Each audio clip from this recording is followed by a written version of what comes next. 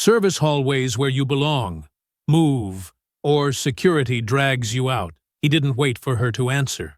A fistful of cake slammed into Dr. Simone Rivers's face and dragged sideways, frosting grinding into her lashes and cheek, like he was wiping grime off a countertop. His mother laughed, bright and approving, while his father chuckled and lifted his glass, proud of the spectacle their son was making. "Look at her," the boy announced to the donors. "All that polish. Still can't act grateful." Simone's hands stayed at her sides. She didn't flinch. She didn't wipe it away. She just held his stare, breathing slow. And none of them knew their $700 million dream was seconds from being erased by her next word. Before continuing, comment where in the world you are watching from, and make sure to subscribe, because tomorrow's story is one you can't miss. Dr. Simone Rivers paused at the entrance of the Grand Meridian Ballroom, taking in the sparkle of crystal chandeliers and the sea of designer gowns. Camera flashes popped like tiny explosions, momentarily blinding her. She adjusted the sleeve of her deep blue evening dress, feeling the weight of the moment. "Remember the morality clause in Section 8.3, Naomi Pierce murmured beside her, sleek in charcoal gray. "You were right to insist on that one." "Always am," Simone replied quietly, her smile camera-ready, but her eyes scanning the room like radar. $700 million. That's what tonight's partnership was worth. More importantly, it meant jobs. Real ones, with benefits and growth paths for communities that kept getting hollow promises. Dr. Rivers! Tilden Wexley's voice boomed across the marble floor as he strode toward them, every inch the finance titan in his perfectly tailored tuxedo. His wife Maribel glided at his side, dripping in diamonds that could fund a small nation. "So pleased you could join us?" "The pleasure's mine," Simone responded smoothly, extending her hand. Tilden shook it a beat too briefly. "Oh, dear." Maribel touched Simone's arm with manicured fingers. "Would you mind terribly asking the kitchen about the champagne service? We seem to be running low at table 6. Simone's smile didn't waver. "I'm actually here as a partner, Mrs. Wexley, but I'm sure the staff will be happy to help." "Oh!" Maribel's laugh tinkled like expensive ice. "My mistake entirely. Though while you're here, could you check if Dr. Rivers will be needed at the head table?" Naomi cut in professionally. "For the partnership announcement." Tilden's expression flickered. Of course. Though, if you wouldn't mind just confirming with security about the guest list." "I believe that's Brandon's job," Simone said pleasantly, naming the actual event coordinator. "Shall we head to our seats?" "I'm looking forward to the presentation." They moved through the crowd like a current of tension, Simone noting every sideways glance and whispered comment. The ballroom was a masterpiece of old money. Gold leaf on the ceiling, antique mirrors on the walls, and table settings that probably cost more than some people's monthly rent. At the center, an elevated stage held a row of chairs for key participants. Simone approached her assigned seat, clearly marked Rivers Axis Technologies on the golden placard. A hostess in black rushed forward, hand outstretched. "Oh, no, I'm sorry," the woman said with rehearsed concern. "There must be some confusion. The partner seating is reserved for—" Naomi smoothly produced the printed seating chart from her clutch. "Dr. Rivers is exactly where she should be. Perhaps you'd like to double-check your materials?"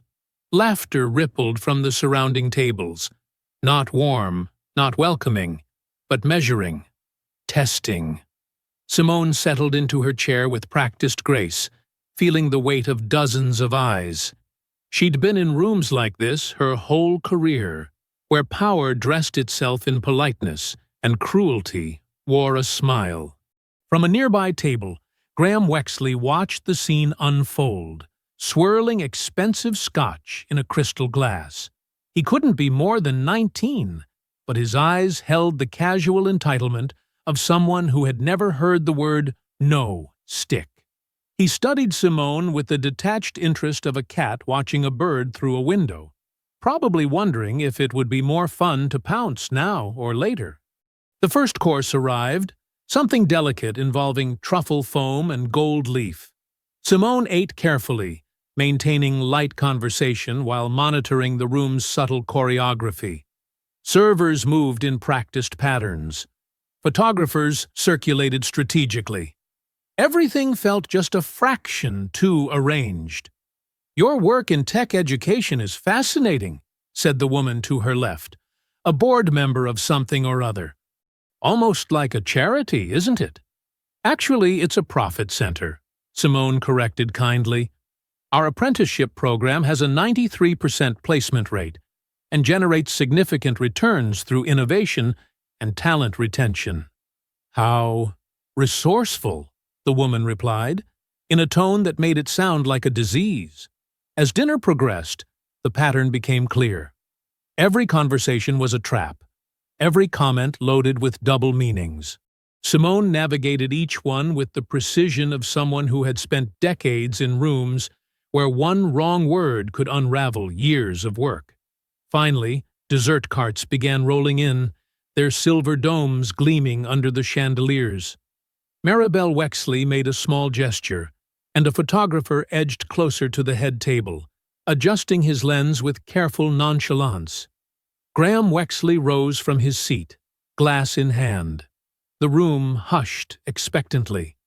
His smile was bright, practiced, and completely empty of warmth. "Friends, partners, distinguished guests," he began, his voice carrying that peculiar mix of youth and authority that came from never doubting his right to be heard. "I'd like to propose a toast to new ventures, new partnerships, and," his eyes fixed on Simone with predatory amusement, "new lessons in how things work around here." The dessert cart rolled to a stop beside the head table, its silver dome catching the spotlight like a beacon. A hush fell over the ballroom as servers positioned themselves with choreographed precision. Graham Wexley set down his glass and moved toward Simone with the fluid confidence of someone who had never faced consequences. "Dr. Rivers," he said, voice pitched to Carrie, "I believe you should have the first taste.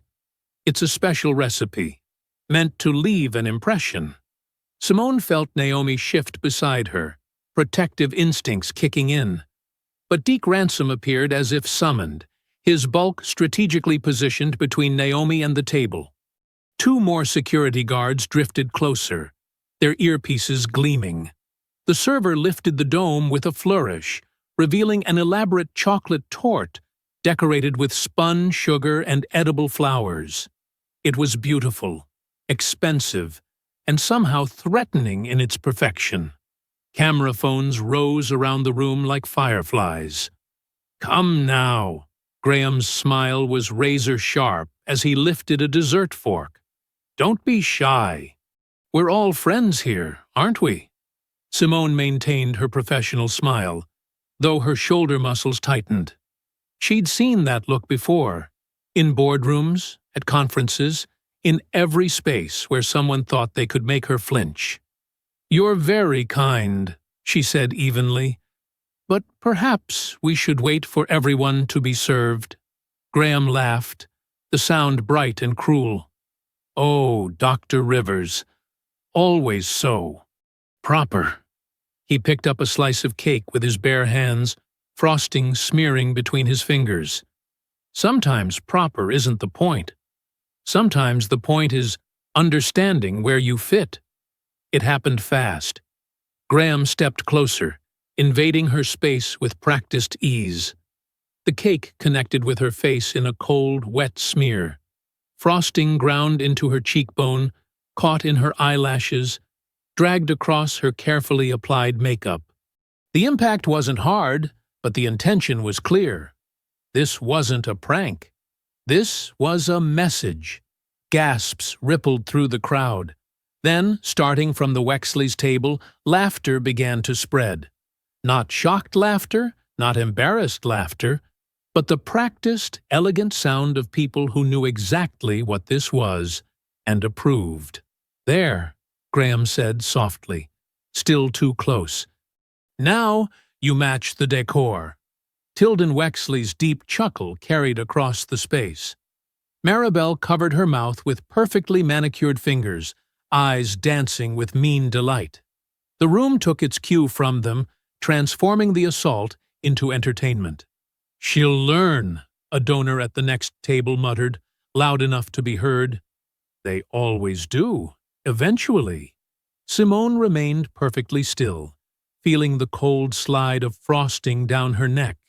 A diamond-draped woman nearby clicked her tongue and leaned forward. "Dear," she said to Simone, not Graham, "don't make a scene. It's just a bit of fun." Deke Ransom shifted his weight, one hand hovering near his belt.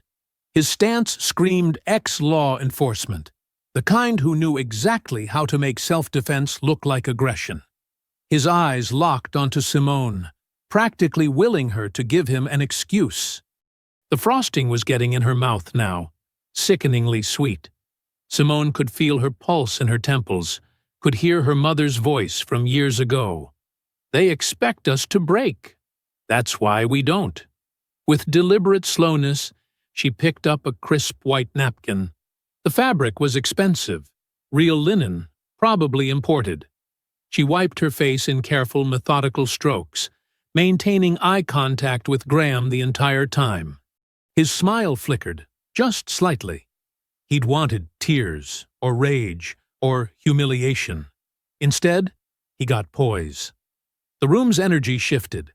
Laughter faded into uncertain silence. Simone rose from her chair, every movement measured and precise. Even with cake in her hair, she managed to make Graham look small. "The microphone, please," she said, voice carrying clearly through the tension. The nearest server hesitated, glancing at the Wexleys. Deke took a half-step forward, but Simone's calm was its own kind of authority. The microphone appeared in her hand, and the remaining chuckles died in throats suddenly gone dry. Graham retreated a step, that familiar confusion crossing his face, the look of someone who'd never had their fun interrupted before. Tilden and Maribel's smiles became fixed, brittle things, as Simone adjusted her grip on the microphone. The spotlight swung fully onto her now, catching the glitter of frosting still clinging to her cheekbone. But somehow, impossibly, she made it look like war paint instead of humiliation. The entire ballroom seemed to hold its breath, waiting to see what would happen when dignity faced down cruelty. Naomi, still blocked by security but watching intently, allowed herself a small, fierce smile. She knew that look in her friend's eyes. It was the same look Simone had worn before every major victory in their company's history. Absolute certainty wrapped in steel. The sound system hummed to life as Simone raised the microphone. The silence in the room was absolute now, heavy with anticipation and something like fear. Not fear of Simone, fear of what it meant that she wasn't afraid of them. The spotlight caught the glitter of frosting still clinging to Simone's jawline as she held the microphone, her composure a silent rebuke to the room's manufactured laughter. In the shadows near the service entrance, Naomi's fingers flew across her phone screen. "Be ready. Now." Attorney Selena Ward's response was immediate. "Standing by with documentation." Simone's voice filled the ballroom, clear and measured. "I want to thank the Wexley Foundation for this illuminating display." She paused, letting the words settle. "Not for the cake, though I'm sure it's excellent, but for showing us exactly what this partnership would mean." Graham's smirk wavered slightly. He hadn't expected complete sentences, let alone strategy. "You see," Simone continued, "public humiliation isn't actually humor. It's a test. It shows us what a room will tolerate, what behavior we're expected to accept as normal." Her gaze swept across the gathered faces, noting who looked away first. "Some of you laughed. Some of you stayed silent. And some of you told me not to make a scene. After watching a grown man smear food on my face, like I was his property. Maribel Wexley's perfectly lined lips parted in protest, but Simone wasn't finished. The $700 million partnership agreement between Rivers Axis Technologies and Wexley Consolidated contains very specific language about professional conduct and moral character. She turned slightly, and Selina Ward materialized from the crowd, contract binder in hand. Section 7, Paragraph 4 states that either party may terminate the agreement immediately if the other demonstrates behavior inconsistent with basic human dignity or professional standards. Tilden Wexley's laugh boomed across the space, practiced and dismissive. My dear Dr. Rivers, surely you're being overly sensitive. It was a moment of youthful high spirits, nothing more. His tone dripped with false concern. Perhaps we should discuss this privately, when emotions aren't so heated. There's nothing to discuss privately, Simone replied. The frosting on her face caught the light as she turned to address the room directly. Rivers Axis Technologies is exercising its right to terminate this partnership agreement, effective immediately. Camera shutters clicked rapidly. Several phones live streaming the gala suddenly pointed straight at her.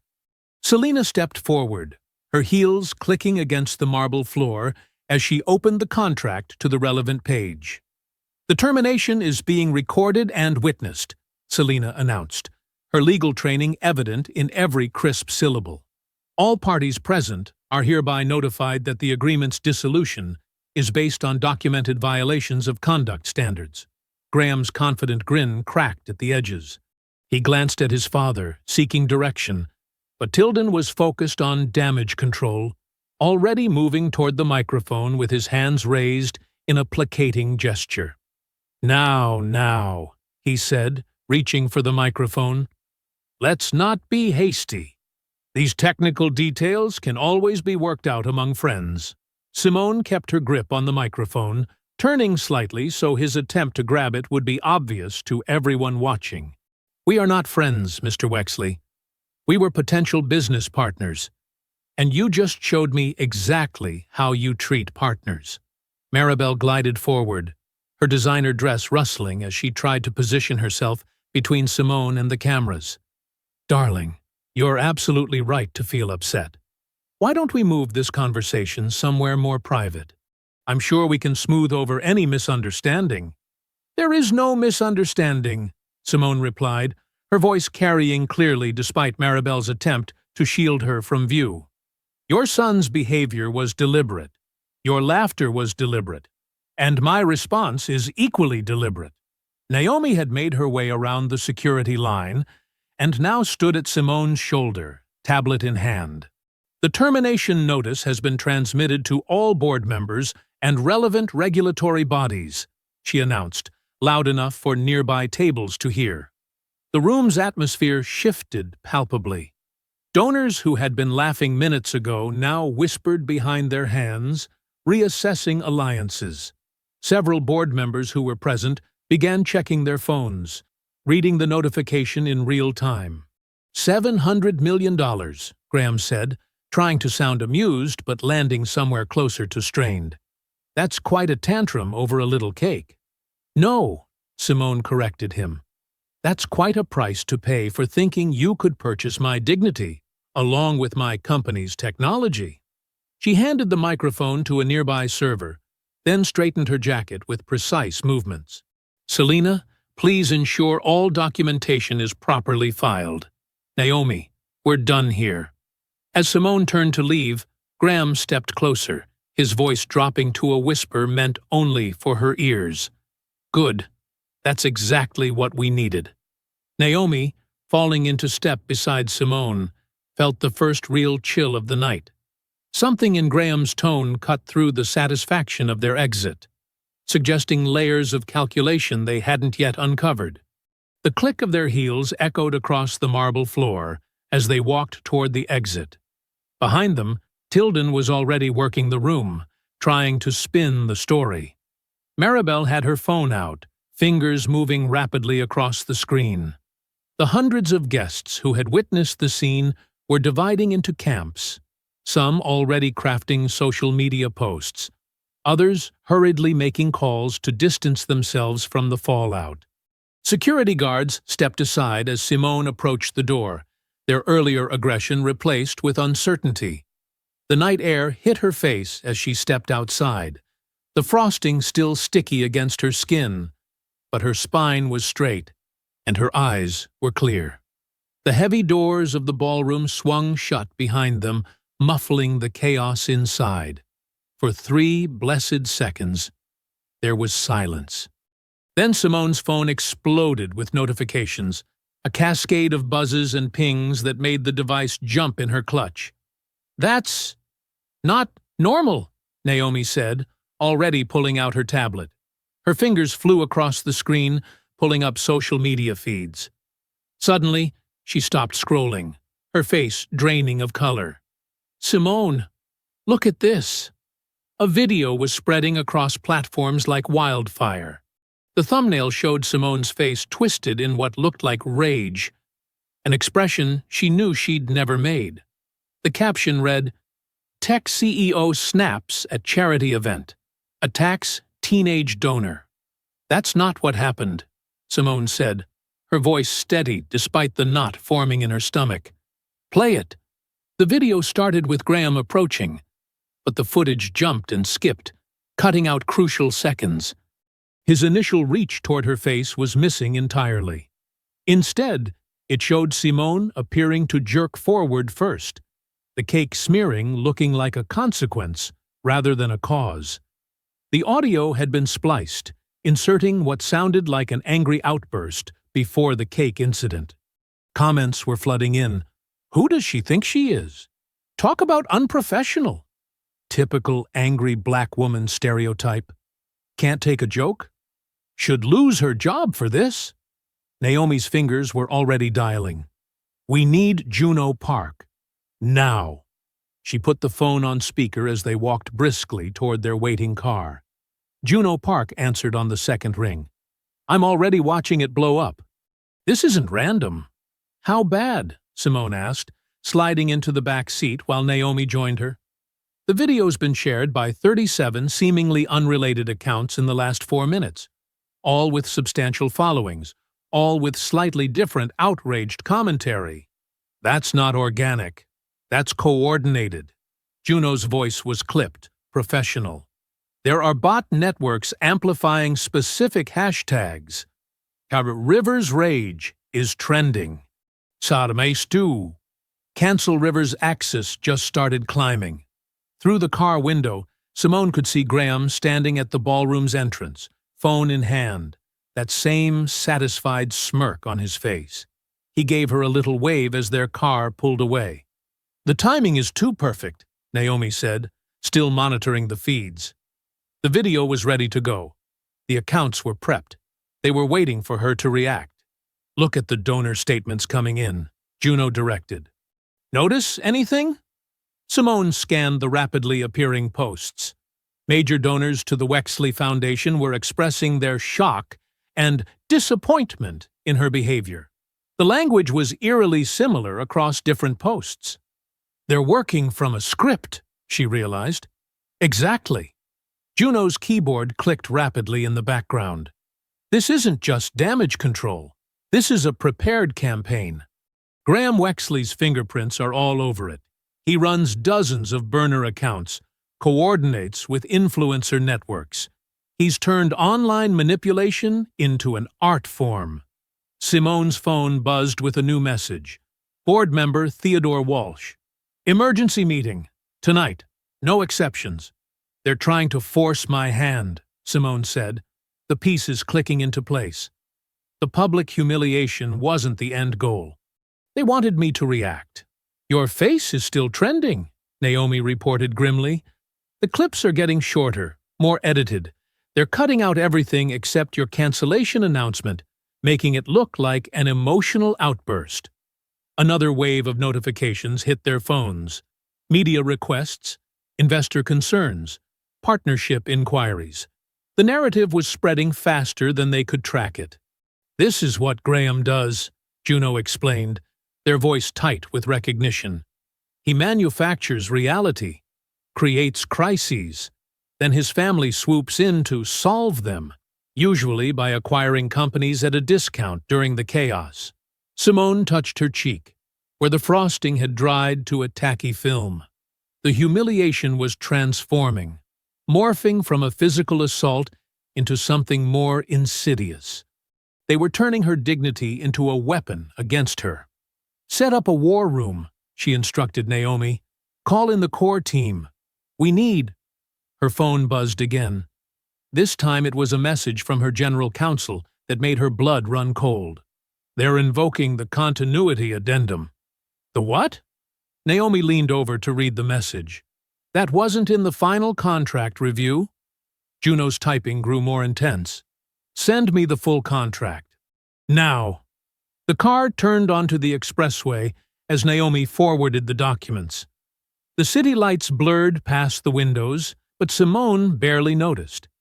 She was mentally reviewing every page of the partnership agreement, every clause they'd negotiated. "Found it," Juno announced after a tense minute. "Buried in subsection 12D. A continuity addendum, triggered by public disruption or reputational damage. It's written like a standard stability clause, but the language— this is a trapdoor. If invoked, it gives them emergency voting rights and temporary operational control." "But we canceled the contract," Naomi protested. "I watched Simone do it." "That's what they wanted," Simone said softly, understanding flooding in. "They needed me to cancel publicly. The cancellation itself triggers the addendum. They're not trying to save the partnership. They're using the cancellation to try to take control of my company." The car's interior fell silent except for the sound of more notifications arriving. Each ping another drop of poison in the air, another strand in the web they'd walked into. The 47th floor of Rivers Axis Technologies was eerily quiet at midnight. Emergency lights cast long shadows across the glass-walled conference room where Simone sat with her crisis team. Attorney Selena Ward methodically arranged documents across the polished table, her normally pristine suit showing signs of the hasty summons that had brought her here. "Walk me through exactly what happened," Selena said, not looking up from the contract pages she was scanning. Simone touched her cheek again. She could still feel phantom stickiness even though she'd scrubbed her face clean. "Graham Wexley smeared cake on me in front of 200 people. I canceled the deal citing the morality clause. Now they're claiming I triggered some hidden provision, which shouldn't exist," Naomi added from her position by the windows. The city sparkled below, deceptively peaceful. "We went through that contract line by line." Selena held up a page, frowning. "It's here, buried in subsection 12D, masked as standard language about business continuity." She began reading aloud. "In the event of public disruption or actions causing material reputational harm, emergency provisions activate to ensure operational stability." She trailed off, scanning further. "This is carefully crafted. The language looks boilerplate until you parse the implications." "What implications?" Simone asked, though her gut already knew. "It gives them multiple attack vectors. They can sue for damages, freeze any funds connected to the planned rollout, and force the whole dispute into private arbitration, where they pick the arbitrator." Selena's normally controlled expression showed hints of anger. "It's designed to drain your resources and keep everything out of public court." Naomi pulled up financial projections on her tablet. "The timing is surgical. We're 3 weeks from launching the new platform. Our capital is committed. If they freeze those accounts now—" The conference room phone rang, cutting her off. Board chair Leonard Voss's name flashed on the display. Simone put it on speaker. "Leonard. Doctor. Rivers." His voice was tight, formal. "I've been fielding calls for the past hour. Major investors are—" concerned about tonight's events. The events where I was publicly assaulted? Simone kept her tone level. That's a rather dramatic characterization of what was clearly meant as playful interaction. Leonard coughed. These situations are better handled privately. Your reaction has created unnecessary instability. My reaction? Simone's fingers pressed into the armrest of her chair. Graham Wexley humiliated me in front of our entire donor base. He's practically a child, Leonard said dismissively. The appropriate response would have been to laugh it off. Instead, you've potentially damaged a crucial partnership. The board will need to discuss this first thing tomorrow. The elevator chimed outside, and Noah Klein hurried into the conference room. His tie was loose, but his manner was oddly composed for someone called in near midnight. I came as soon as I could, Noah said, setting his briefcase down. I've already drafted some potential responses to stabilize the situation. Simone studied her COO's face. There was something too rehearsed about his concern. The situation doesn't need stabilizing, she said carefully. It needs investigating, starting with how that addendum got into our contract. The priority should be calming the markets, Noah countered smoothly. I've prepared a statement suggesting temporary leadership adjustments to reassure investors. You prepared that rather quickly, Naomi observed. On the phone, Leonard cleared his throat.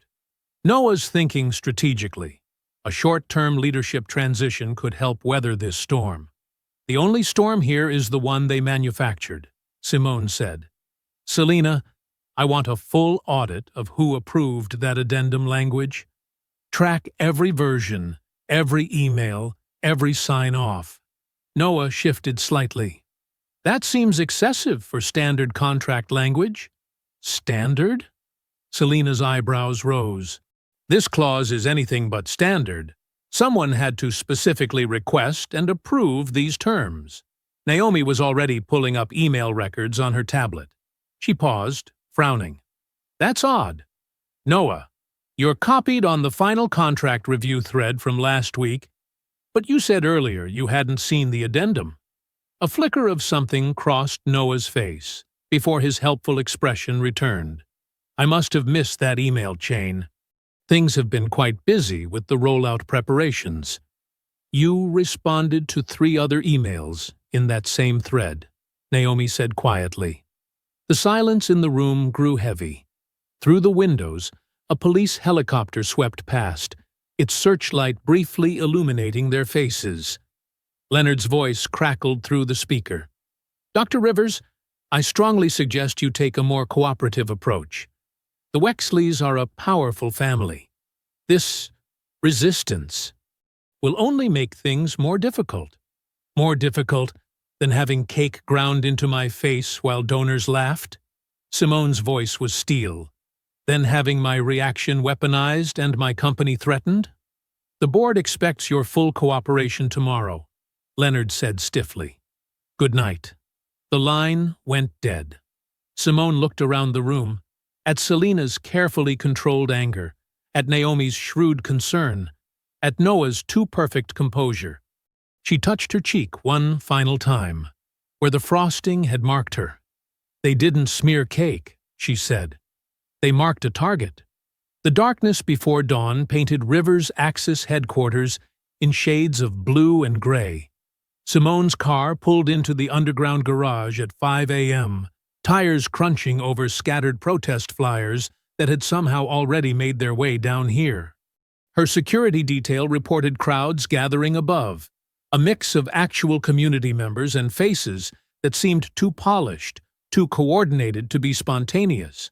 They've got printed signs, her head of security said, showing her photos on his phone, all using the same 3 phrases. Rivers must go, no more toxic leaders, and protect our community. Mass-produced outrage, Simone noted, studying the identical fonts and formatting.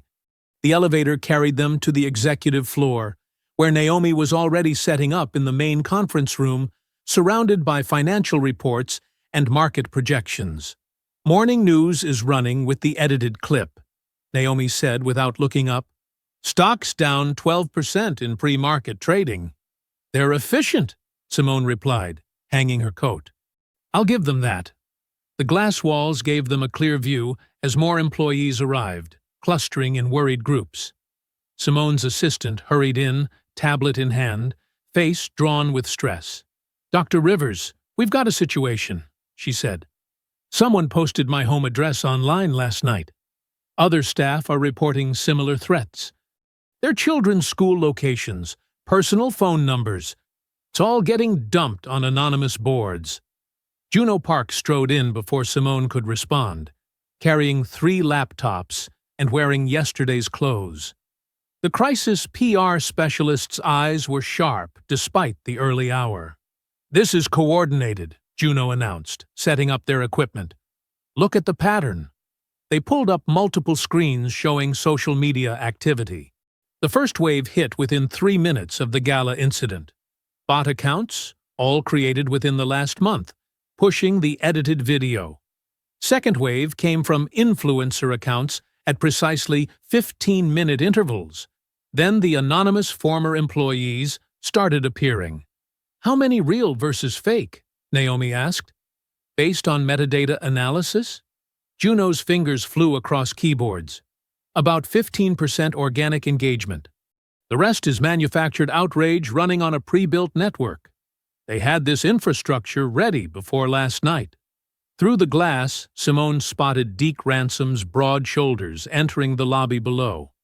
The head of Wexley Security moved with casual menace, making a show of examining exits and security cameras. Here we go, Simone murmured.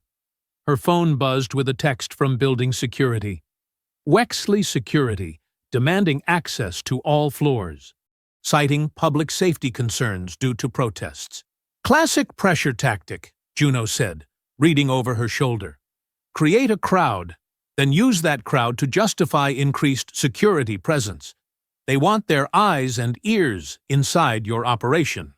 They already have those, Naomi pointed out, pulling up an email. Board just called an emergency vote for 2 p.m. today. Too fast for proper notice requirements, but they're citing extraordinary circumstances. Who's pushing the vote? Simone asked. 3 members aligned with old money interests. They're proposing a temporary leadership transition until the current situation stabilizes. Naomi's air quotes dripped with disdain. Simone watched Deke positioning his people around the lobby's key points, by elevators, near stairs, covering all movement. His presence was a message. We can reach you anywhere. Naomi, Simone said quietly, I need you to implement spending freeze protocols. Lock down everything that isn't immediately essential, and quietly, very quietly, secure backup liquidity channels through our most reliable partners. Naomi was already moving. I'll route it through the subsidiary accounts they don't know about yet. Juno, Simone continued, I need documented proof of coordination. Timestamps, metadata, payment trails, anything showing this isn't organic backlash. Already mapping it, Juno replied. Their bot network left fingerprints. The question is whether we can prove intent before they strip our resources. The morning crawled by in a blur of crisis meetings and defensive measures. Simone's team tracked waves of attacks, more edited videos appearing, donor statements withdrawing support, community leaders suddenly receiving anonymous tips about concerns with Rivers Axis hiring practices. At precisely noon, a courier arrived with a thick envelope marked Urgent Legal Notice. Simone opened it, while Naomi read over her shoulder. The document was dense with legal language, but the meaning was clear. Wexley-affiliated partners were seeking an emergency injunction to freeze Rivers Axis accounts pending investigation of conduct-related contract violations. Simone set the papers down carefully. They want us too scared to breathe. The cold precision of it all, the timing, the multiple pressure points, the layered attacks, revealed the truth. Last night's humiliation wasn't improvised cruelty. It was the first move in a carefully planned siege. Through the windows, protesters' signs caught the midday sun, their identical fonts glinting like teeth. Deke Ransom stood among them, phone to his ear, smiling up at Simone's office with the patient satisfaction of someone who knew exactly how the trap would close. The afternoon sun blazed through the glass conference room, casting long shadows across the polished table where Rivers Axis's board members gathered. Simone straightened her jacket, a armor of tailored navy wool, and walked in with measured steps. 14 pairs of eyes tracked her movement, their usual respectful nods replaced with the clinical assessment reserved for problems requiring disposal. Leonard Voss occupied the chairman's seat like a throne, his silver hair catching the light as he leaned forward with practiced concern. "Dr. Rivers, thank you for joining us on such short notice. Given the circumstances, we felt immediate action was necessary. The circumstances being a coordinated attack on our company," Simone said, taking her seat. Naomi settled beside her, tablet ready, while Selena Ward arranged legal documents with precise movements. "The circumstances," Leonard emphasized, "being a public relations crisis that threatens investor confidence." He gestured to a screen showing Rivers Axis's plummeting stock price. "We have a fiduciary duty to protect shareholder value." Board member Victoria Hayes, who had never challenged Leonard in 10 years, spoke up with suspicious readiness. "The media coverage is concerning. The viral video raises questions about temperament and judgment." "An edited video," Selena interjected, "deliberately manipulated to create a false narrative. Perception becomes reality in the market," said James Morrison, another board member who typically stayed silent. "We need to consider temporary leadership adjustments while this situation stabilizes." Simone noted how they echoed each other's phrasing. Temporary, stabilize, protect value. Words chosen to sound reasonable while disguising their intent. The coordination was obvious to anyone paying attention. "Let's be direct," Simone said. "You're suggesting I step aside because someone assaulted me on camera and then manipulated the footage to paint me as the aggressor." "We're suggesting," Leonard replied smoothly, "that the company needs a clear path forward that doesn't involve public controversy. A brief leadership transition would allow tensions to cool." Noah Klein spoke up from his corner seat, voice gentle as a knife wrapped in silk. "I could serve as interim CEO if needed. My relationships with our partners are strong, and I have no connection to last night's unfortunate events." Simone turned to study him. Noah kept his eyes down, radiating helpful concern, but something in his careful posture raised warnings. "Before we discuss transitions," she said, "I want to know how the continuity addendum made it into our contract without full board review. Who approved that language?" The room shifted uncomfortably. Leonard cleared his throat. "Contract details are handled through appropriate channels. The relevant committees—" "I'd like to see the email logs," Simone cut in. "All communications regarding the addendum's approval process." "That would involve private board correspondence," Victoria objected. "We have confidentiality obligations," while simultaneously demanding complete transparency from me, Simone noted. The hypocrisy landed like a physical blow. Several board members had the grace to look uncomfortable, but others met her gaze with blank corporate politeness, the kind that masked whatever deals had already been made. Selena stood, commanding attention. "Before this discussion continues, I need to remind the board of several legal considerations. First, removing Dr. Rivers in response to a manufactured crisis could be seen as validating a coordinated smear campaign. Second, any leadership change without proper investigation of last night's events creates liability concerns. Third, there are serious questions about the contract addendum's approval process that need to be addressed." "We're not removing anyone," Leonard said smoothly. We're discussing temporary measures to protect company interests. By suggesting the CEO step aside because she was publicly assaulted, Naomi's voice cut through the corporate doublespeak. How does that protect our interests? The optics, James began. The optics, Simone interrupted, are that Rivers' Axis caves to pressure when its leaders face targeted harassment. Is that the message this board wants to send? Leonard's mask of concern cracked slightly, revealing irritation beneath. I move we proceed to a vote on temporary leadership transition. I move we table that vote pending full investigation, Selina countered. Any hasty action now exposes the company to significant legal risk.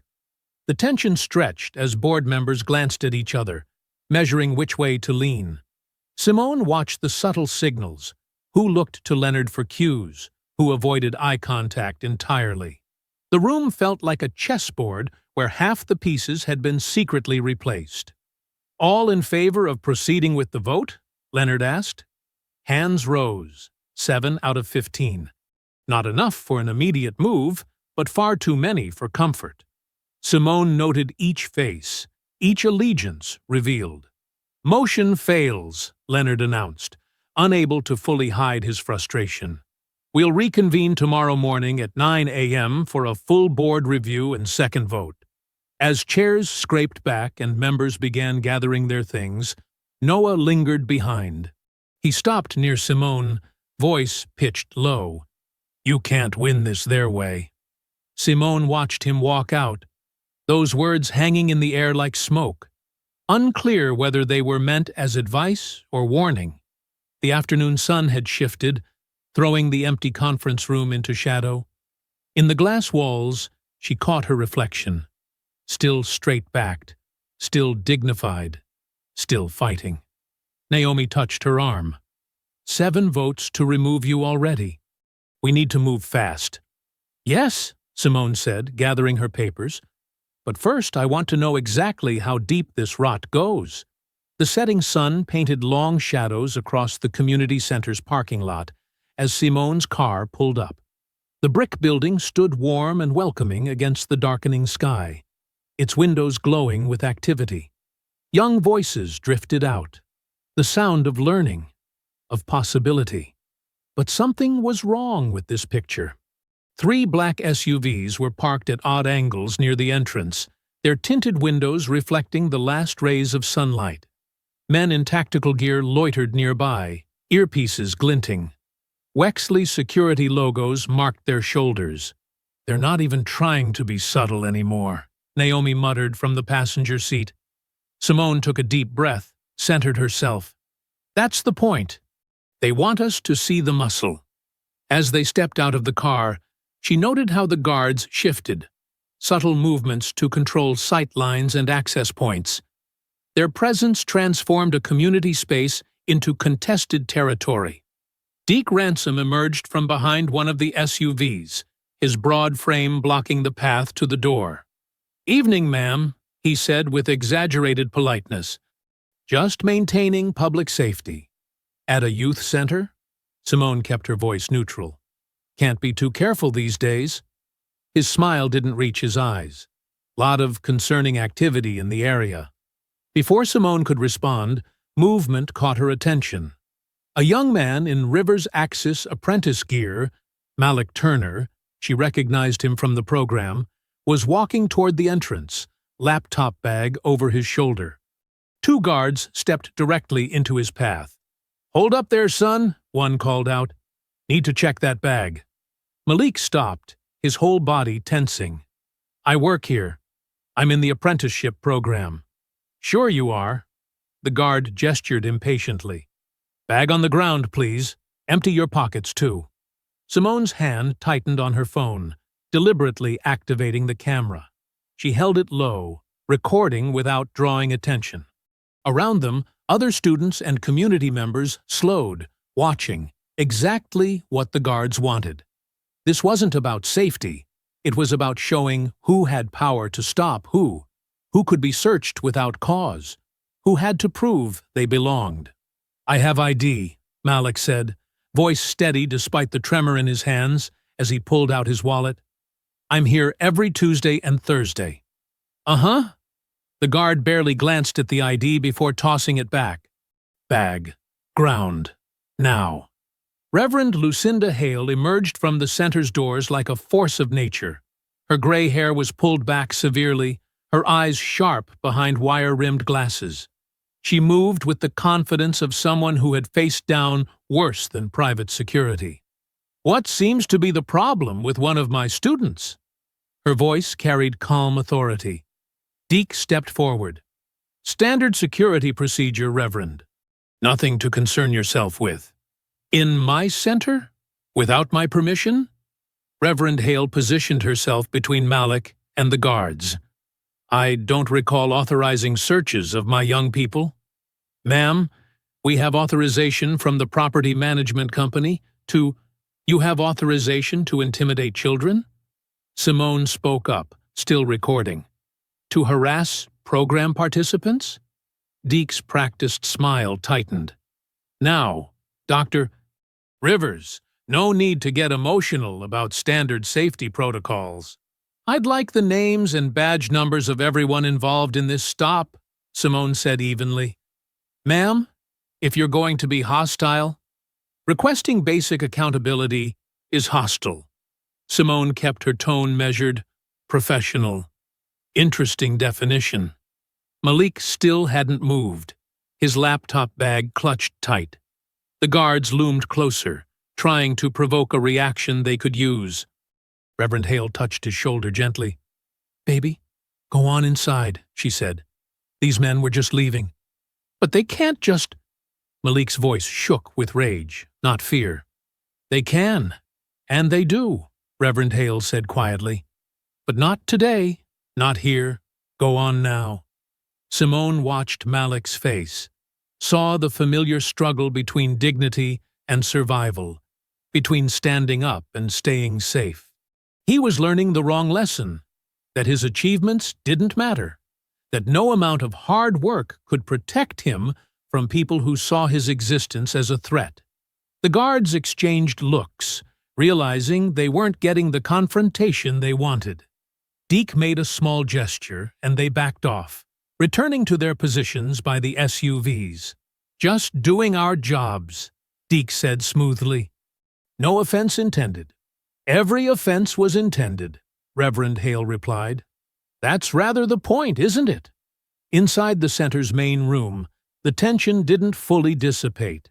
Students huddled in small groups, voices low, shooting worried glances at the windows where guard shadows moved past. Malik sat at a computer station, his movements still tight with contained anger. Reverend Hale led Simone and Naomi to her office, closing the door with a decisive click. The small room was warm, filled with books and photographs, decades of community history on the walls. "They've been doing this for weeks," she said, settling behind her desk. "Ever since the partnership announcement. Testing boundaries, establishing presence. This isn't about security. It's about control." "The deal wasn't just about money, was it?" Simone asked. Reverend Hale's eyes were tired, but fierce. "It never is with families like the Wexleys. Money they have. What they want is power. Over spaces, over stories, over who gets to feel safe where." Through the office window, Simone could see Malik helping a younger student with coding homework. His shoulders still tight, but his focus absolute. He refused to be driven away from his own growth. "We're not losing twice," Simone said firmly. "Not the company, and not this space." The fluorescent lights of Jimmy's all-night diner buzzed overhead, casting a harsh glow on the worn leather booths. At this hour, the place was nearly empty, perfect for conversations that needed privacy. Simone sat in the corner booth, stirring untouched coffee while investigator Reese Dalton spread documents across the Formica table. "Your gut was right," Reese said, his voice low and measured. He slid over a stack of financial records. "These shell companies, Liberty Metro Solutions, Apex Digital Dynamics, Westbrook Consulting Group, They're all registered through different agents, different states. But the money flows back to one source. Simone studied the highlighted transfers. The Wexleys. Through about 6 layers of cutouts, yes. Reese tapped a series of timestamps. What's interesting is the pattern. Every time there's a major real estate acquisition or infrastructure project in target neighborhoods, these companies suddenly get very active. They hire community outreach specialists and digital marketing firms. A laptop screen flickered to life at the edge of the table. Juno Park's face appeared in a secure video window, their quick fingers typing as they spoke. "And those firms are busy little bees," Juno said. "I've been mapping the bot networks and influence campaigns. Check this out." Their screen filled with a visualization, hundreds of interconnected nodes pulsing with activity. "See these clusters? They look random at first glance, like organic traffic. But the timing is too perfect. The language patterns are too consistent. Someone's conducting the chaos," Simone said. "Exactly. And they're good. Really good. They know how to make manufactured outrage feel authentic. But there are signatures." Juno highlighted several nodes. "These accounts? They activate in precise sequences.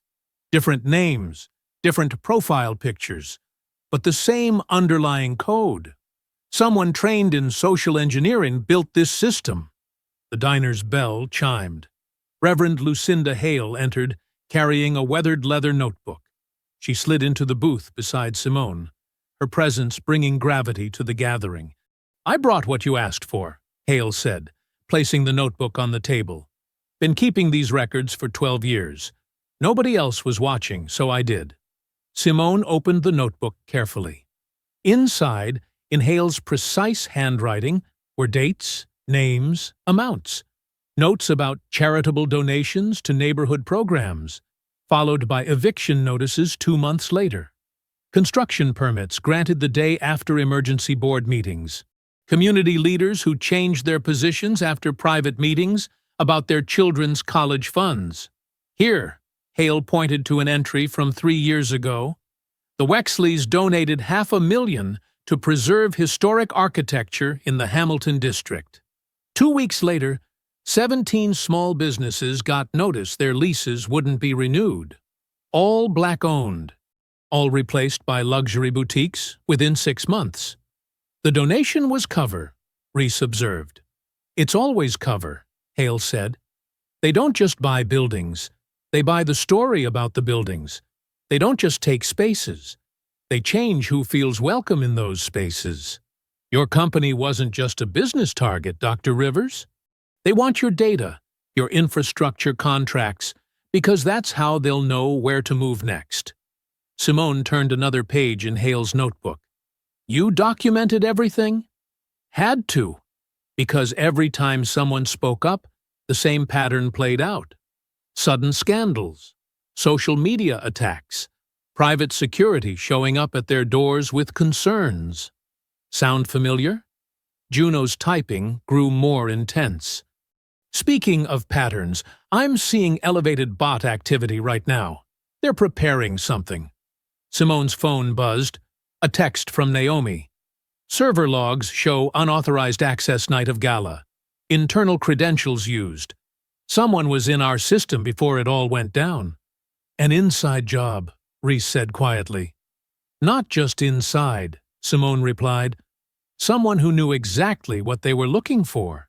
Someone who understood both our technical infrastructure and our governance vulnerabilities." The group fell silent as a tired waitress refilled their coffee cups. When she moved away, Hale spoke again, her voice carrying decades of stored truth.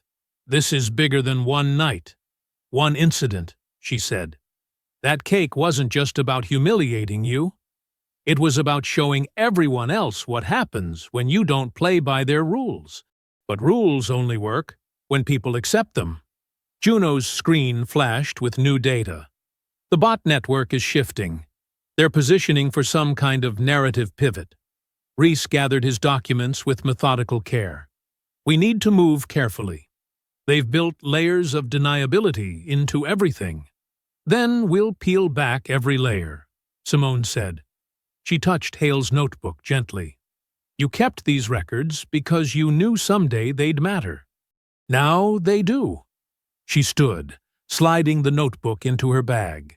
The diner's lights caught the determination in her eyes. We're going to tell the truth so loudly they can't bury it. Across town, in his perfectly curated home office, Graham Wexley adjusted his camera and practiced his most sincere expression. He recorded take after take until the apology video felt right. Humble, but not weak. Regretful, but not guilty. As he posted it to his verified accounts, his other screens showed the real work. Thousands of coordinated posts flooding every platform, shaping the story even as he appeared to apologize for it. His manufactured contrition went live at exactly 11 p.m., timed to make morning headlines, crafted to make him look mature and thoughtful. And in its shadow, his digital army attacked with renewed fury, targeting not just Simone, but anyone who dared support her. Early morning sunlight streamed through Simone's office windows as her core team assembled. The city was just waking up, but they'd been working for hours, fueled by determination and strong coffee. Juno Park's laptop displayed frame-by-frame analysis of the newly acquired video footage. "Look at this," Juno said, zooming in on a perfect, unobstructed angle. "Crystal clear. No editing tricks possible. You can see Graham's expression change right before he does it. That split second of predatory satisfaction." Simone leaned closer to watch. The footage showed everything. Graham's calculated approach, the cake smearing across her face, and, most importantly, Tilden and Maribel Wexley's immediate laughter. Their reactions proved premeditation. They'd expected it, encouraged it. "The metadata's clean too," Juno continued, pulling up a technical report. "Original timestamp, location data, device information, all intact. They can't claim this was manipulated." Naomi paced by the window, phone pressed to her ear. She ended her call with a rare smile. Catherine Chen from Meridian Capital is willing to go on record. Says she's seen enough country club bullying in her career. She'll back you publicly and commit to maintaining their position. "That's significant," Selena said, looking up from her legal documents. "Meridian holds what, 12%? 14, Naomi confirmed. And they have influence with other institutional investors." Selena spread papers across the conference table, each stack precisely organized. "I've drafted the injunction request. We're hitting them from multiple angles. Harassment, market manipulation, coordinated defamation. The evidence of their bot network is particularly damning." "Timeline?" Simone asked. "We file everything within the hour. The press conference gives us qualified privilege for the initial disclosure, then we follow immediately with court submissions." Selena checked her watch. Local news crews are already setting up downstairs. For the first time in days, the tension in Simone's shoulders began to ease. She looked at her team, Naomi's quiet competence, Juno's technical precision, Selena's legal expertise. They'd worked through the night, building an airtight case. "We're not just defending ourselves anymore," Simone said. "We're exposing their whole system." Juno's screens showed real-time analytics. Social sentiment is already shifting. People are asking questions about Graham's apology video, noticing the convenient timing, the manufactured responses. "The stock's stabilizing too," Naomi added, "once Catherine speaks." A commotion erupted in the outer office. Heavy footsteps approached. The door opened and 3 federal agents entered, badges displayed. Behind them, Noah Klein stood in the doorway, his face a mask of practiced concern. "Dr. Rivers," the lead agent said, "I'm Agent Carroll with the Financial Crimes Division. We're here regarding allegations of serious data privacy violations." Selena stepped forward. "I'm Rivers' Axis General Counsel. What's the nature of these allegations?" We have evidence of unauthorized data collection and misuse of personal information. Carol produced a document. This complaint was filed internally through proper channels. We're executing an immediate freeze on corporate accounts pending investigation. Naomi's phone buzzed. The banks. Everything's locked. Payroll, operations, all of it. Juno's fingers flew across their keyboard. They're blocking system access, too. Critical servers are being restricted. Selena snatched the complaint, scanning rapidly. Her expression darkened. This filing, the authorization signature. She turned to Noah. You submitted this? Noah straightened his tie, every movement deliberate. As Chief Operating Officer, I have a responsibility to report potential violations. When I discovered irregularities— What irregularities? Simone's voice cut through his practiced speech. Show me exactly what you found. The details are in my filing, Noah said smoothly. I was trying to protect the company from potential liability. These issues required immediate attention. You're lying. Simone stood, calm fury radiating from her stillness. You've been lying for months, haven't you? Working for them? Noah's smile didn't reach his eyes. I was trying to protect the company. Reporters began gathering outside the building. Phones rang unanswered throughout the office. Employees stood in clusters, whispering anxiously about frozen accounts and system lockouts. Hours crawled by in a blur of crisis calls and emergency meetings. The press conference collapsed before it began. Catherine Chen regretfully withdrew her support, citing developing concerns. The stock price fell like a stone. Evening shadows lengthened across Simone's office. She sat alone, staring at her phone. Social media exploded with that damned photo. Her face smeared with frosting, now edited into countless cruel memes, each one tagged with Graham's signature. A smirking emoji. The betrayal cut deep. Noah had been her COO for 3 years. He'd sat in this very office countless times, planning strategy, sharing concerns, always so helpful, so supportive. Every suggestion, every introduction, every policy change, all of it designed to create this moment. Her phone buzzed with a text from Reverend Hale. Meet me tonight. I have the missing piece. The community center stood dark against the night sky, its windows reflecting scattered street light through sheets of rain. Simone parked around back, away from the main street, and hurried through the downpour to the service entrance where Reverend Hale waited. You came alone? Hale asked, ushering her inside. As requested. Simone followed her through the quiet hallways. Juno and Investigator Dalton are joining remotely. The back room was small but secure. No windows, one door, and thick concrete walls that had withstood decades of neighborhood change. A laptop sat open on a folding table, screens showing Juno and Reese in separate windows. The rain's steady tapping filtered through the ceiling, marking time like a metronome. Reverend Hale locked the door and pulled a worn leather portfolio from her desk drawer. Before I show you this, you need to understand something. People think the Wexleys built their fortune on real estate and finance. That's not quite right. She removed an envelope sealed with aged tape. They built it on silence, on making problems disappear. What kind of problems? Simone asked. People who wouldn't sell. Reporters who asked questions. Community leaders who fought back. Hale's eyes held old anger. Anyone who stood in their way. She produced a USB drive, its label faded but still legible. A date from 6 years ago. This came to me from someone who couldn't stay quiet anymore. I've kept it safe, waiting for the right moment, and the right person, to use it. Juno leaned closer to their camera. What's on it? A deposition. From someone who helped build their machine. Hale inserted the drive into the laptop. He was one of their reputation consultants before that title existed. When he realized what they were really doing, he recorded everything.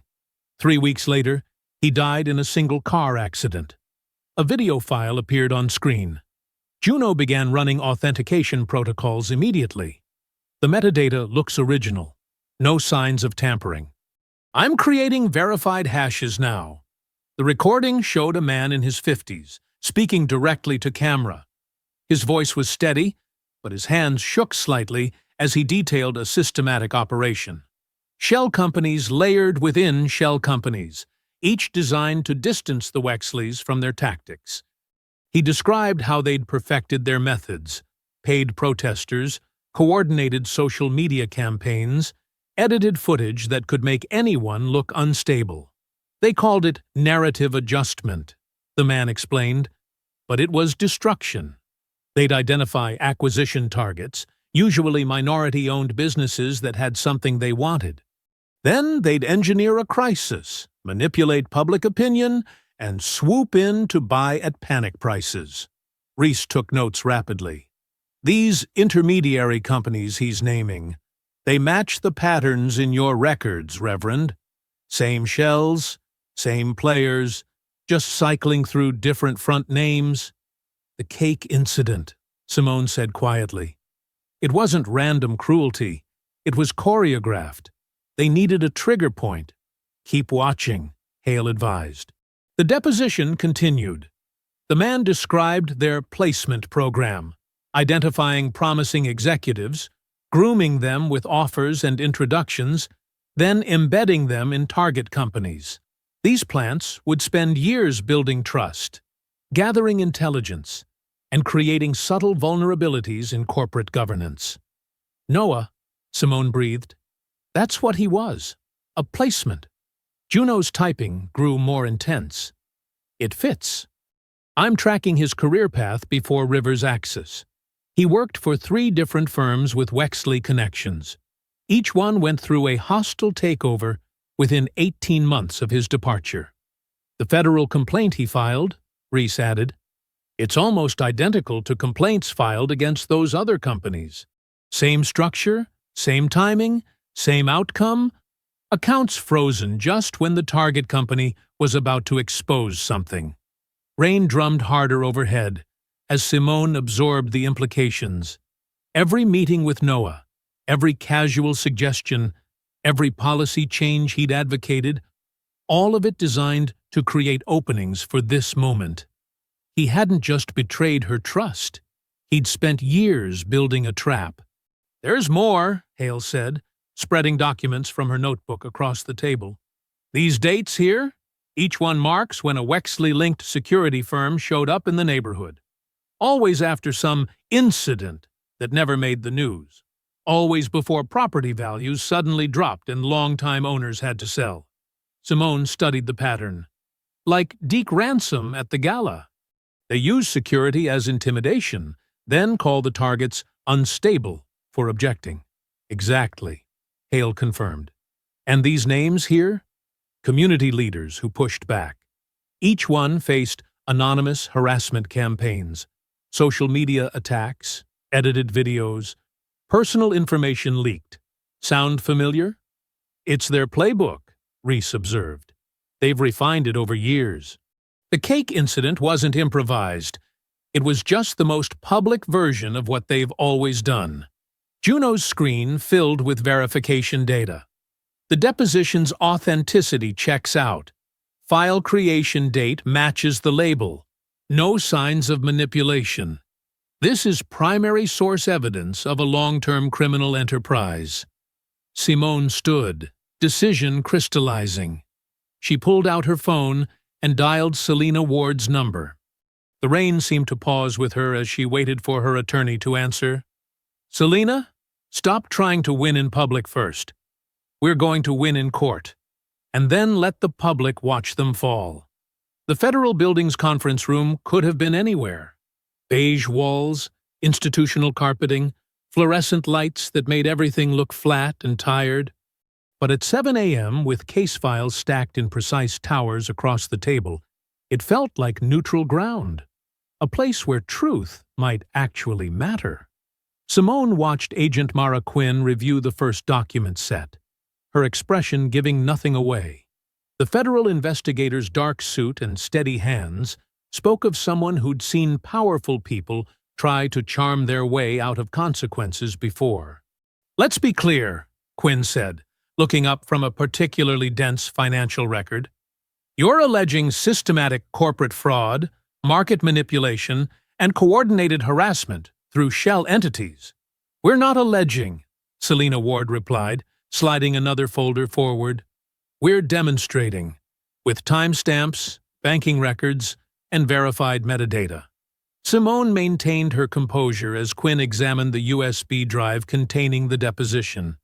The weight of the last few days pressed against her shoulders, but she refused to let it show. This wasn't about emotion. It was about evidence. "The shell company network is structured in layers," Naomi explained, spreading out a diagram. "Each entity exists just long enough to execute an acquisition or pressure campaign, then dissolves. But the payment patterns are consistent." Quinn's pen moved steadily across her notepad. "And you can prove these entities connect directly to the Wexleys through board memberships, shared addresses, and recurring transfers," Naomi confirmed. "We've mapped 5 years of activity showing the same operational signatures." Selina opened her laptop, pulling up the gala footage. The recent incident wasn't isolated. It followed their established pattern: create public humiliation, manipulate the narrative, then exploit the chaos for acquisition. The unedited video played silently. Graham's calculated approach, the cake impact, the practiced laughter from his parents. Quinn watched without comment, but her jaw tightened slightly at the room's reaction to the assault. "We have the edited version they distributed as well," Simone added. "Juno Park's forensic analysis shows it was altered within minutes of the incident, using software licensed to one of their shell companies." "And this ties to the previous pattern?" Quinn asked. "Yes." Simone handed over Reverend Hale's notebook. "These dates and names document similar incidents: security intimidation, coordinated harassment, and forced property sales. The same tactics, just usually hidden from cameras." Quinn studied the notebook carefully. "This is detailed record-keeping." "Reverend Hale understood what documentation meant," Simone said. "She knew someone would need proof someday." Naomi's phone buzzed. She checked it and frowned. Leonard Voss just called an emergency board meeting for 2 p.m. The agenda lists leadership stability measures. "They're moving faster than expected," Selina observed. "Likely because they know we're here." Quinn set down her pen. "You understand I can't intervene in board proceedings. Any investigation will take time to develop, and it won't protect you from immediate corporate action." "We know," Simone replied. "That's why we've prepared parallel strategies." Naomi pulled up another document on her tablet. "We've discovered something critical about the federal complaint Noah Klein filed. He didn't just submit it. He used Simone's emergency authorization token to do it." "Meaning?" Quinn asked. "He staged her digital fingerprint," Selina explained. "The complaint appears to come from Simone herself, suggesting instability. It's fraud, but proving that won't happen fast enough to stop the board vote. So we're filing for an immediate temporary restraining order," Simone continued. "The evidence of Noah's deception, combined with the documented pattern of targeting, should be enough to pause any removal attempt while the broader investigation proceeds." Quinn nodded slowly. "Logical approach. But the Wexleys' influence runs deep. Are you prepared for how they might retaliate?" "We're beyond preparation," Simone said. "We're acting. Juno is coordinating a legal-compliant live stream of the board meeting. Everything in the open, everything by the book. Transparency as a shield," Selina added. "No emotional appeals, just documented facts presented under proper observation." Agent Quinn gathered the files into her briefcase, movements precise and methodical. "I'll verify everything independently. If it holds up, and I suspect it will, This goes well beyond a single company dispute. Simone stood, smoothing her jacket with steady hands. The fluorescent lights still hummed, but the room felt different now. The evidence towers had served their purpose, not as pleas for help, but as foundation stones for justice. "Dr. Rivers," Quinn said as they prepared to leave, "if your evidence holds, you're not the target anymore." Simone met her eyes directly. "Good, because I'm done being hunted." She stepped into the hallway where Naomi waited with their next set of files. The morning sun slanted through nearby windows, catching dust motes in bars of light. In a few hours, they would face the board. But now they carried something stronger than outrage. They had proof. And proof, properly structured, was harder to dismiss than any protest. Selina checked her watch. "The TRO filing is ready. Shall we proceed?" "Yes," Simone said. "It's time to show them what happens when they mistake documentation for weakness." The Wexley Tower stretched into the afternoon sky like a glass dagger, its reflective surface casting sharp shadows across the city below. On the 47th floor, Simone and Selina were escorted into a conference suite, where floor-to-ceiling windows made the room feel exposed, vulnerable. Tilden Wexley sat at the head of the massive table, perfectly tailored in a charcoal suit that probably cost more than most people's monthly salary. Maribel perched beside him, her pearl necklace catching the light as she offered a practiced smile. Graham lounged in his chair, scrolling through his phone with performative boredom. Deke Ransom stood by the door, arms crossed, his security badge gleaming. His presence was meant to remind everyone who controlled the space. "Dr. Rivers." Tilden's voice carried that particular tone of false warmth reserved for surrender negotiations. "Thank you for being reasonable about this meeting." Simone took her seat with deliberate calm, Selina beside her with a slim recording device visible on the table. "Before we begin," Selina said, "we need to establish consent for recording. This is a standard legal requirement." "Oh, surely that's not necessary for a friendly discussion." Maribel laughed softly. "It's non-negotiable," Simone stated. Selina proceeded with clinical precision. "For the record, please state your name and verbal consent to audio recording of this meeting." One by one, they complied, perhaps amused by what they saw as pointless formality. Tilden first, then Maribel, Graham rolling his eyes as he gave his name, even Deke from his position by the door. "Now then," Tilden spread his hands on the polished table, "we've prepared a very generous exit package, full market value for your shares, plus a comfort premium. You can walk away with dignity intact." Maribel nodded encouragingly. "And if you'd consider a brief statement, just expressing regret for any misunderstandings, it would help smooth things over with the public." "The public," Graham snorted, finally setting down his phone. "They're so easy to move. Watch this." He pulled up a social media dashboard on his tablet. "See these trending topics? I can flip them in an hour. It's like conducting an orchestra of idiots." "Graham," Maribel warned, but her son was on a roll. "No, Mom, let me show them how it works. It's actually pretty brilliant." He leaned forward, animated now. "You start with a few key accounts, influencers who'll say anything for the right price. Then you amplify with bot networks, edit some clips to match the narrative, and suddenly everyone's sure they know what really happened." "It's quite impressive," Tilden said proudly. "Graham has a natural talent for digital perception management." "That's what you're calling it?" Simone asked quietly. "I call it winning," Graham shrugged. "People believe what they're told to believe. Watch. I could probably make half the internet think you robbed a bank by dinner time." Deke shifted his weight by the door, a subtle reminder of consequences.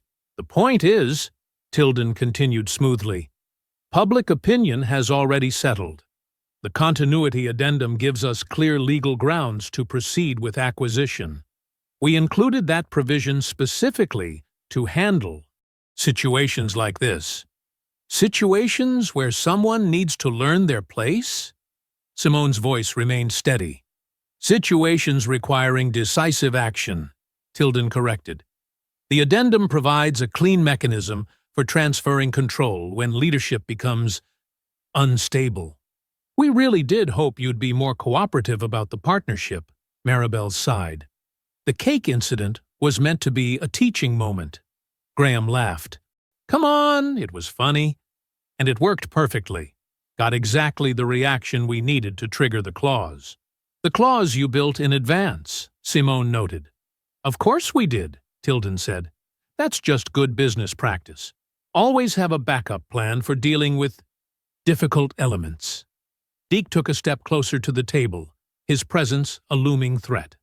I think we're done here, Simone said, standing. You should sit back down, Deke suggested, his tone carrying years of practiced intimidation. No, I don't think I will. Simone gathered her belongings with careful movements. Go ahead, Graham called after her, laughter in his voice. The public already chose. They chose us. They always do. Simone walked to the door without looking back, Selina following with the recorder safely secured. Neither woman spoke until they reached the elevator, leaving the Wexleys to their assumed victory. As the doors closed, Deke's shadow still visible in the hallway, Simone finally allowed herself to exhale. The recording device in Selina's briefcase held every word, every admission, every threat, exactly as planned. But they weren't finished yet. The real work was still to come. They descended past floor after floor of polished glass and steel, the empire the Wexleys had built through fear and manipulation. But empires could fall, especially when their rulers became too comfortable with their own power to guard their tongues. The lobby's marble floors echoed under their heels as they walked out into the afternoon sun. Behind them, the tower cast its long shadow across the street, but Simone stepped purposefully into the light. They had what they came for. Now it was time to use it. The Rivers Axis Technologies boardroom hummed with tension as evening shadows stretched across the city. Board members filed in, some in person, others connecting remotely, their faces tiled across the massive display screen. Leonard Voss adjusted his tie, a subtle tell of discomfort as he noticed the professional camera set up in the corner. Juno Park sat at their workstation, fingers moving with practiced precision across multiple screens. Corporate live stream initiated. All security protocols verified. Broadcasting in 3, 2. This is absolutely inappropriate, Leonard interrupted, rising from his chair. We cannot conduct sensitive board business under these conditions. Selina Ward stepped forward, document in hand. Actually, Mr. Voss, we not only can, we must. I've filed a temporary restraining order regarding board actions, citing shareholder interests. Given the current situation, transparency isn't optional. She gestured to the camera. This is a verified corporate channel, following all SEC guidelines for public companies under review. Noah Klein shifted in his seat, his usual smooth demeanor showing cracks. Perhaps we should discuss this privately first. No more private discussions, Simone stated, her voice carrying the weight of too many closed-door ambushes.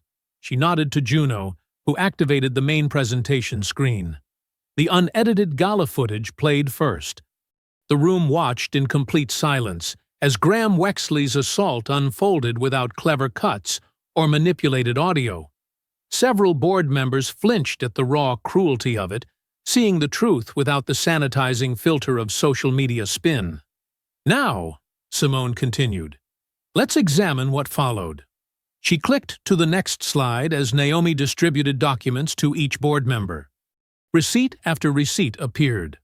Bot network purchases, coordinated timing of paid posts, shell company transfers that created the illusion of organic outrage. The data was meticulous, each transaction tied to specific attacks on Rivers Axis and its leadership.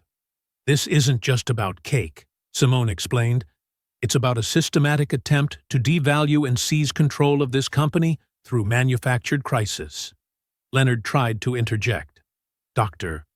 Rivers, your tone is backed by evidence, Selina cut in smoothly.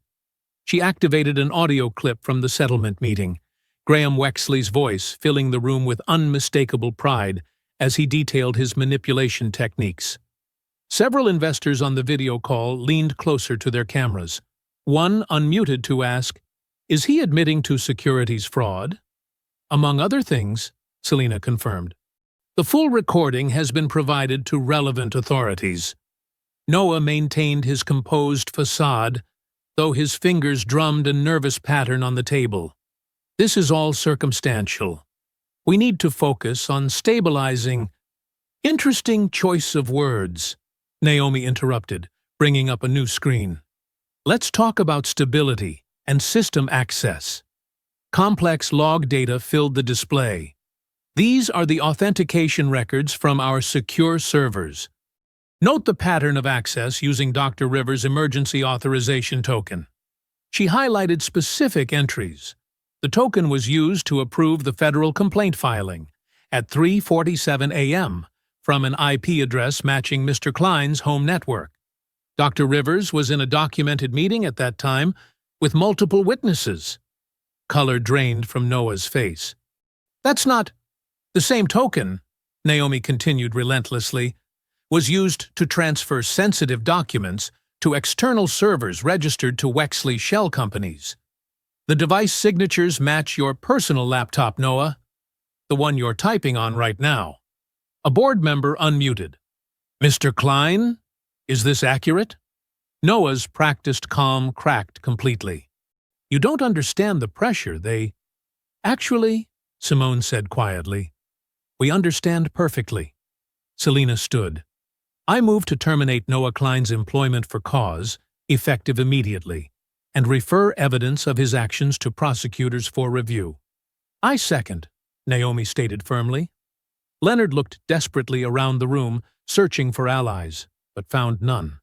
The evidence was too clear, the betrayal too complete. "We'll need to vote." "Yes," Simone agreed. "We will, transparently. Right now." The vote was not close. Security waited outside the boardroom, having been notified in advance.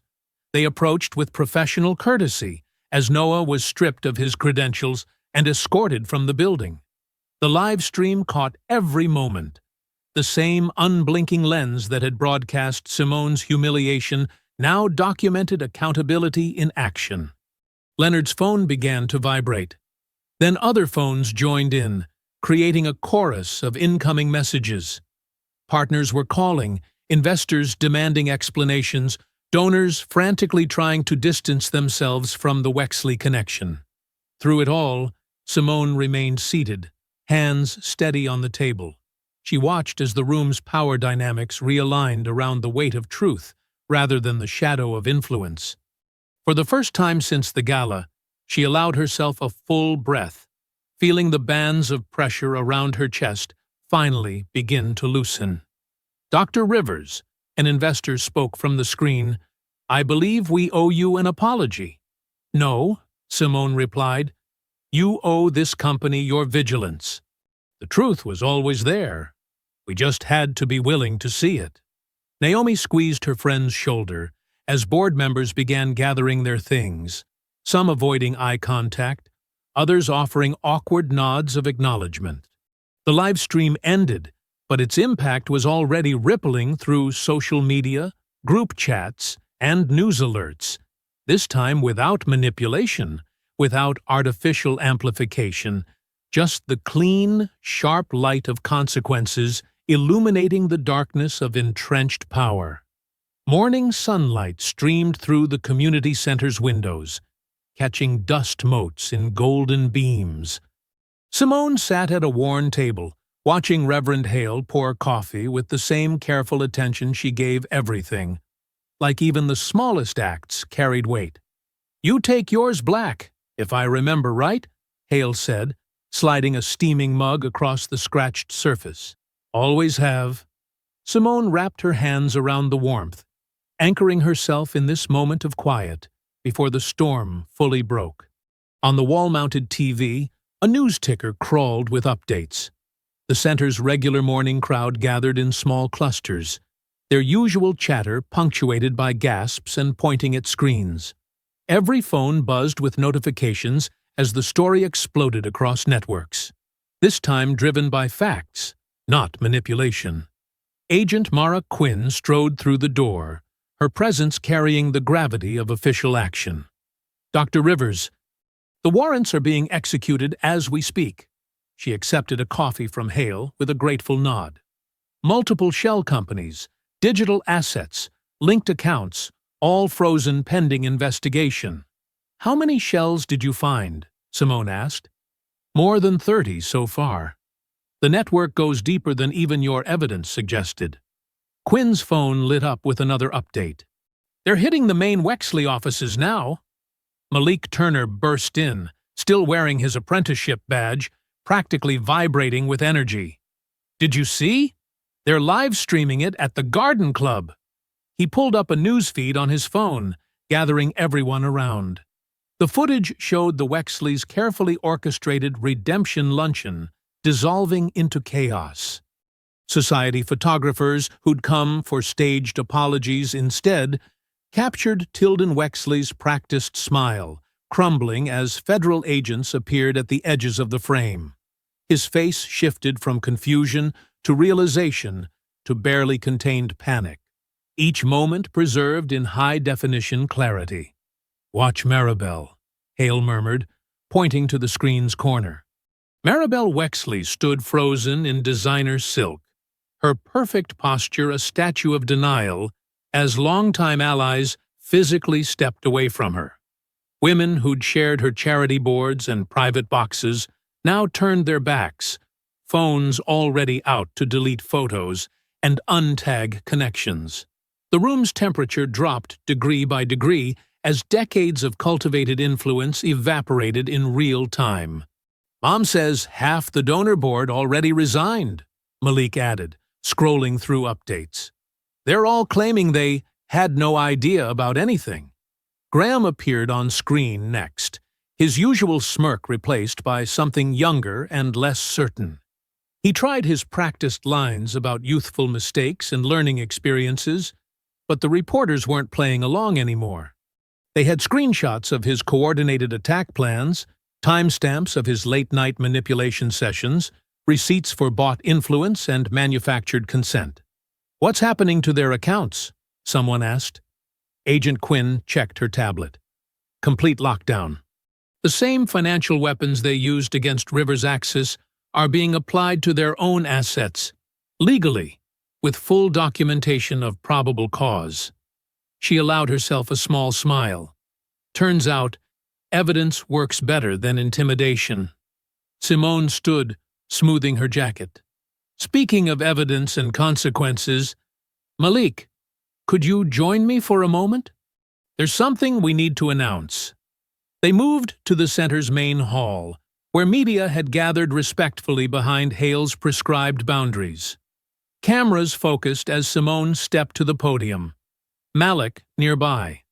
"Rivers Axis Technologies is pleased to announce a new partnership consortium," she began, her voice carrying easily through the space. "One built on ethical oversight and community benefit, maintaining our planned expansion without compromising our values." She outlined the structure: local stakeholders, transparent governance, distributed opportunity. Jobs weren't just safe, they were growing. The apprenticeship program would double its capacity. "And to demonstrate our commitment to long-term investment in talent," Simone continued, "we're establishing the Turner Innovation Scholarship, named for one of our most promising young team members." She turned to Malik, whose eyes widened. "Full tuition and guaranteed paid internship placement, with 20 spots reserved annually for students from this community." Malik's composed expression cracked into pure joy. Around him, phones lifted to capture the moment. Organic celebration, not manufactured outrage. Parents hugged their children. Teachers wiped tears. This wasn't just corporate news, it was hope made tangible. Questions flew from reporters about the Wexley's assets, about potential charges, about market impact. Simone answered with measured precision, neither gloating nor minimizing. She'd learned long ago that dignity was its own victory. As the crowd dispersed, Simone found herself outside the center's entrance with Malik and Reverend Hale. They watched students file past into morning classes, backpacks bouncing, futures a little brighter than yesterday. They thought humiliation was a leash, Simone said quietly, remembering frosting ground into her skin. Laughter meant to wound. Malik looked at her, understanding in his young face. And you snapped it. In the distance, sirens wailed. But this time, they were heading toward Wexley Towers, toward accountability, toward consequence. Justice, like coffee, was being served hot and black. If you enjoyed the story, leave a like to support my channel, and subscribe so that you do not miss out on the next one. On the screen, I have picked 2 special stories just for you. Have a wonderful day.